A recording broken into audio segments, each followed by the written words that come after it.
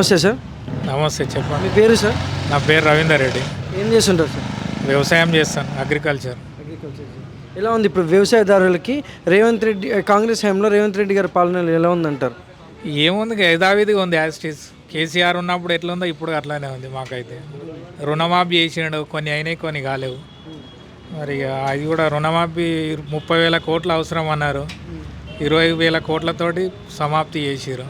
అట్లా 22,000 కోట్లు, 22,000 కోట్లతో అయిపోయింది. ఫస్ట్ ఏమో 35,000 కోట్లు, 40,000 కోట్లు విడతలు వాడి అంటున్నారు కదా. అయిపోయినాయి కదా, 3 విడతలే. మొన్న రానోలే అని చెప్పి మహబూబ్నగర్ కూడా శాంక్షన్ చేసిండు, అయిపోయింది. అట్లా ఇక విడతలు లేవు కదా. 3 విడతలు అన్నాడు, 4 విడతలు చేసిండు, 22,000 కోట్లతో అయిపోయింది. అయితే రైతులకు కూడా ఎప్పుడు లేనట్టు విధంగా ఇంతవరకు ఏ గవర్నమెంట్ కూడా ఒకేసారి ఇన్ని వేల కోట్లు చేయలేదు. సో దాని మీద మీ స్పందన? చేయలేదు అంటే ఎవరు అడిగిరు మిమ్మల్ని చేయమని? ఇప్పుడు ఏ రైతు నా రుణమాఫీ చేయమని ఏ రైతు అడగలేక వచ్చి మీ అధికార దాహం గురించి హామీలు ఇచ్చిర్రు. అధికారం కావాలని చెప్పి రుణమాఫీ కాలం చేస్తామని 6 గ్యారంటీలు అన్నారు. అలా 15 హామీలు ఉన్నాయి. ఒక బస్సు ఫ్రీ ఇచ్చిండు, అయిపోయాయి. ఏం 6 గ్యారంటీలు ఉన్నాయి? బస్సు ఇచ్చిండు, మొగోళ్ళకి బస్సులు ఎక్కడానికి జాగలేదు, వెనక సీట్లు కూడా లేవు. లాస్ట్ వరకు టికెట్ పెట్టేటోడం నిల్చోవాలి, ఫ్రీ ఉన్న వాళ్ళేమో బస్సు ఎక్కి తిరుగుతారు. సో అది కూడా ఇప్పుడు మొగల సీట్లు మొగల కేటాయించాలని రాయాల్సి వస్తుంది ఇప్పుడు బస్సులలో. ఇప్పుడు 6 గ్యారంటీలు అన్నాడు, ఏమి ఇచ్చిండు 6 గ్యారంటీలలో? 6 గంటల్లో మహిళలకు బస్సు ఉచిత ప్రయాణం పెట్టింది. 2-3 నెలలు వచ్చింది, మళ్ళీ బిల్లు వస్తుంది మిగతా వాళ్ళకు. గ్యాస్ కూడా 500కి వస్తుందని సబ్సిడీ. ఎంతమందికి వస్తుంది? ఒకరిద్దరికి వచ్చింది. మళ్ళీ ఇప్పుడు గృహలక్ష్మి 2,000 ఇస్తున్నారు, అది మర్చిపోయారు. జనవరి నుంచి స్టార్ట్ చేస్తా అంటున్నారు. జనవరి ఆల్రెడీ 1 ఇయర్ అయిపోయింది. 90 రోజుల మొత్తం కంప్లీట్ చేస్తామని చెప్పారు ఇచ్చిన హామీలన్నీ. మరి 365 రోజులు అయిపోతుంది. ఒక హామీ కంటిన్యూ నడుస్తుంది అంతే, మిగతా అన్నీ అడపదడప. ఈ నెల నుంచి రైతు భరోసా స్టార్ట్ చేస్తా అంటున్నారు కదా. రైతు భరోసా ఇస్తాడనేది నమ్మకం లేదు మాకైతే. ఎందుకంటే గవర్నమెంట్ దగ్గర డబ్బులు ఉన్నాయా లేదా అనే తర్వాత విషయం, కానీ రైతు బంధు వేస్తాడు అని కొంచెం జనాల సంక్షేమం డౌటే ఉంది. ఇంకా ఆయన వేసే వరకు వేస్తాడు అనేది నమ్మకం లేదు. ఆల్రెడీ మధ్యలో 2 పోయినాయి. ఇప్పుడు రైతు పండించిన ప్రతి పంటకు గిట్టుబాటు ధర అందుతుందంట. అంటే ప్రతి గింజను కూడా కేంద్ర మన తెలంగాణ గవర్నమెంట్ కొనుక్కుంటాను ఒక మాట ఇచ్చింది కదా. మాట ఇచ్చిందండి. ఇప్పుడు కొయ్యడం మా దగ్గర లేవు, అన్ని రైస్ మిల్లు అమ్ముకుంటున్నాం మేము. ఇక్కడ గిట్టుబాటు ధర దొరకకనా? గిట్టుబాటు ధర ఇక్కడ మా దగ్గర FCI ఏమంటారు కదా వాళ్ళు, అది లేదు ఇక్కడ మాకు. మైనాబాద్ మండలంలో ఇక్కడ అది లేదు. ఒడ్లు గోదాం లేదు, ప్రైవేటు రైస్ మిల్లలో అమ్మేసుకుంటున్నాం పండించిన పంట.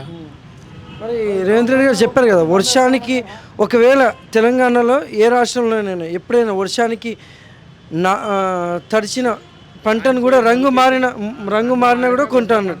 ఆయన మా దగ్గర FCI లేనిది రంగు మారి దేడికి తీసుకుపోవాలి అమ్మడానికి. ఇక్కడ వడ్ల మార్కెట్ లేదంటారా? మార్కెట్ లేదు. అట్లా వడ్ల మార్కెట్ ఉంటే నువ్వు నల్లబడ్డాయా మొలకొచ్చినాయా మేము తీసుకొస్తే కొనరా అప్పుడు తెలిసేది మాకు. ఇప్పుడు వడ్ల మార్కెట్ లేదు కాబట్టి మొలకలు వచ్చినా ఏం వచ్చినా ప్రైవేట్లో అమ్ముకుంటున్నాం, లేదంటే ఎండ వచ్చి గిన్నె పట్టించుకుంటున్నాం అంతే. బియ్యం అమ్ముకుంటున్నాం. 500 బోనస్ మరి అందుతుందంటారు.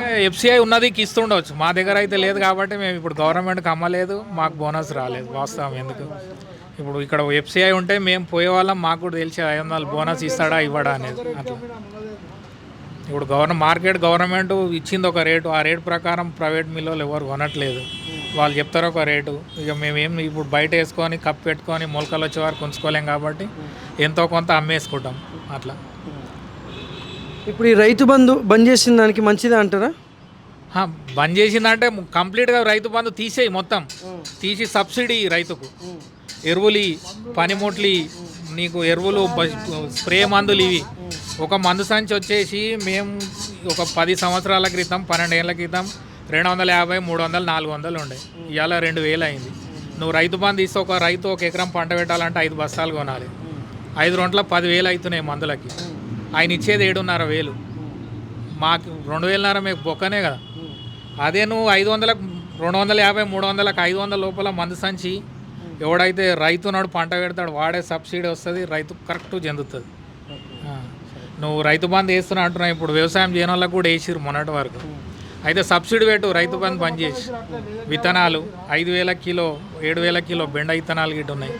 100 500, 700 అవి ఇస్తే నిజమైన రైతు విత్తనం కొంటాడు, రైతుకు సబ్సిడీ పెట్టాలి. రైతు బంధు మొత్తం బంద్ చేసి సబ్సిడీ ఇస్తే రైతులు బాగుపడతారు. ఇప్పుడు అలాగే ఇంకో ముఖ్యమైన విషయం మాట్లాడుకుంటే రైతు దేశానికి వెన్నుముక్క అంటారు. అలా ఏ రాజకీయ నాయకుడైనా రైతులకు ఎక్కువ ఇంపార్టెన్స్ ఇచ్చి రైతులను బాగా చూసుకున్న నాయకుడు ఎవరైనా ఉన్నారంటారా? రాజశేఖర రెడ్డి గారి నుంచి రాజశేఖర రెడ్డి గారి కానీ రాజశేఖర రెడ్డి కాస్త వేసిండు, తర్వాత మాత్రం ఏ గవర్నమెంట్ వచ్చినా రైతులకు ఒరిగింది ఏమీ లేదు. రాజశేఖర రెడ్డి ఉన్నప్పుడు ఆయన కూడా ఇట్లానే ఒకటేసారి రుణమాఫీ చేసిండు. కొంచెం ఈ సబ్సిడీలు అవి ఉండే, డ్రిప్ సబ్సిడీ ఉండే, మామూలుగా ఎరువులు ట్రాక్టర్ పనిముట్లు కొనేటి సబ్సిడీలు ఉండే అప్పుడు. అంటే ఇక బియ్యం అప్పుడు రూపాయి కిలోనో ₹2 ఉండేది.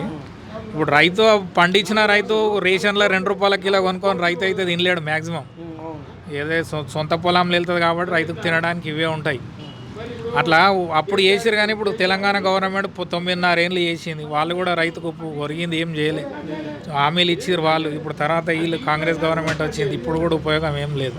అట్లా ఇప్పుడు మీరు వేదిక టీవీకి ఇంకేమైనా చెప్పాలనుకుంటున్నారా?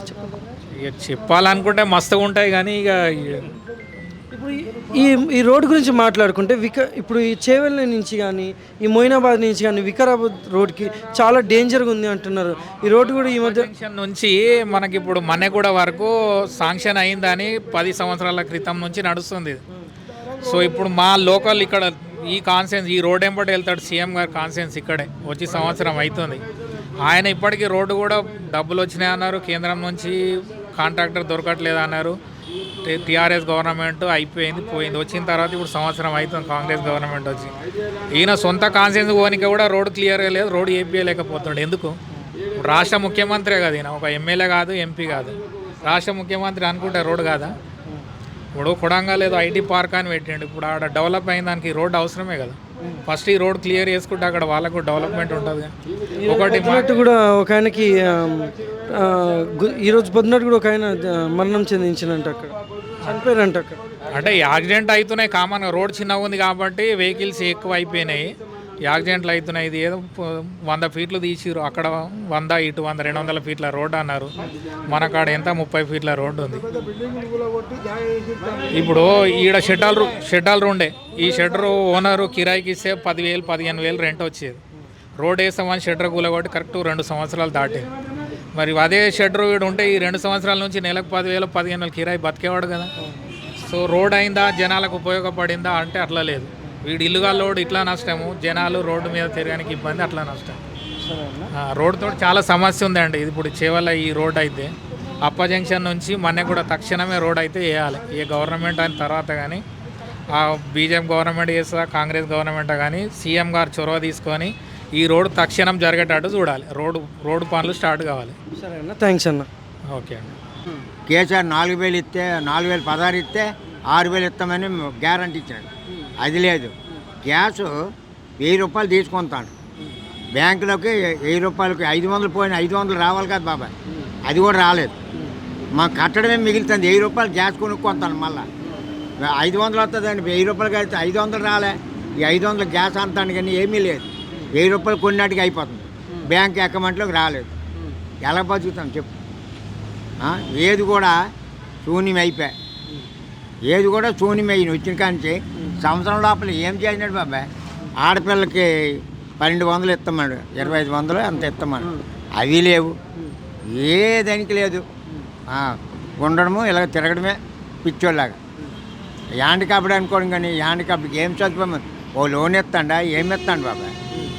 ఆకలి అయితే బ్యాంక్ కాడికి వెళ్తే నీకేమి ఇచ్చేది అంటాడు. మరి ఈ మహానుభావులు చెప్పాలి కదా ఎలా బతుకుతారని.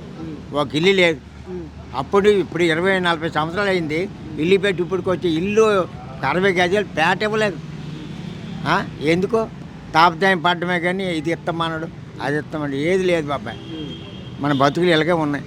పరిపాలన ఎక్సలెంట్గా ఉంటుందని నమ్మినాం సార్. ఫస్ట్ కాంగ్రెస్ను కొత్త ప్రభుత్వం వచ్చింది కదా, చాలా బాగుపడతాం, చాలా బాగుంటుందని నమ్మినాం. ఇది ఉల్టా అయిపోయింది, రివర్సల్ అయిపోయింది, చాలా నాశనం చేసేసిండు. పాత ప్రభుత్వమే బాగుండేది అనిపిస్తుంది ఇప్పుడు. అదే కేసీఆర్ గారు కూడా ఇచ్చిన హామీలు, సంక్షేమ పథకాలు కొంతమందికి అందే, అందరికీ అందలేదనే ఒక భావనతో వ్యతిరేకతగా మారి కాంగ్రెస్ని గెలిపించుకుంటే ఇప్పటికైనా కాంగ్రెస్ ఇలా చేయకుండా ప్రజలందరినీ ఒకేలా చూస్తుందని వైఎస్ రాజశేఖర రెడ్డి గారు ఉన్న హయాం నుంచి అందరు చూస్తున్నారు. ఆ విధంగానే గెలిపిస్తే ఇప్పుడు రేవంత్ రెడ్డి గారు హైడ్రాతో రియల్ ఎస్టేట్ మొత్తం దెబ్బతీసిందని అంటారు. మాట చాలా మాత్రం దెబ్బతీసిండు. చాలా సంతోషపడినాం. కొత్త ప్రభుత్వం వచ్చింది, ఇక కొంచెం మార్పు వస్తుంది. చాలా ఇంకా కేసీఆర్ ప్రభుత్వం కంటే ఇంకా సంతోషంగా ఉంటామని చాలా సంతోషంగా ఉన్నాం. కానీ నిరాశ చేసిండు, చాలా ఏడిపిస్తున్నాడు ప్రజల్ని. Thank you sir. రివర్సల్ అయింది సార్ అది. Thank you. నమస్తే, మీ పేరు సార్? వెంకటేష్. ఏం చేస్తుంటారు సార్? ఇప్పుడు చేపల బిజినెస్ చేస్తా, రియల్ ఎస్టేట్ చేస్తా. ఎలా ఉందంటారు మరి ఇప్పుడు రియల్ ఎస్టేట్ పరిస్థితి? రియల్ ఎస్టేట్ రేవంత్ రెడ్డి గెలిచిన సంది ఏం రియల్ ఎస్టేట్ లేదు, ఏం పనులు అయితే లేవు. మాకు అప్పుడు కేసీఆర్ ఉన్నప్పుడే మంచిగా రియల్ ఎస్టేట్ నడుస్తుండే, ఇప్పుడు మాకు ఏమైతే లేవు.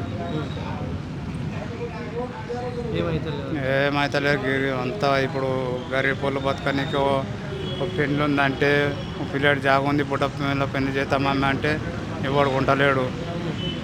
ఇవాడంతా డిమాండ్ పడిపోయింది. మాకు ఇప్పుడు పింఛన్లు ఇస్తున్నాయి. అప్పుడు గెలిచేటప్పుడు అన్ని ఆమె ఇంటి ఇచ్చిండి, ఇప్పుడు ఏమి 4,000 ఇస్తామే కానాడు, అవి లేవు ఇవి లేవు. పింఛన్లు పెంచట్లేదు అంటారు. ఇంకా లేదు, రియల్ ఎస్టేట్ లేదు, మొత్తమే పడిపోయింది మార్కెట్. పొలం ఉందా సార్ మరి మీకు? పొలమే లేదు.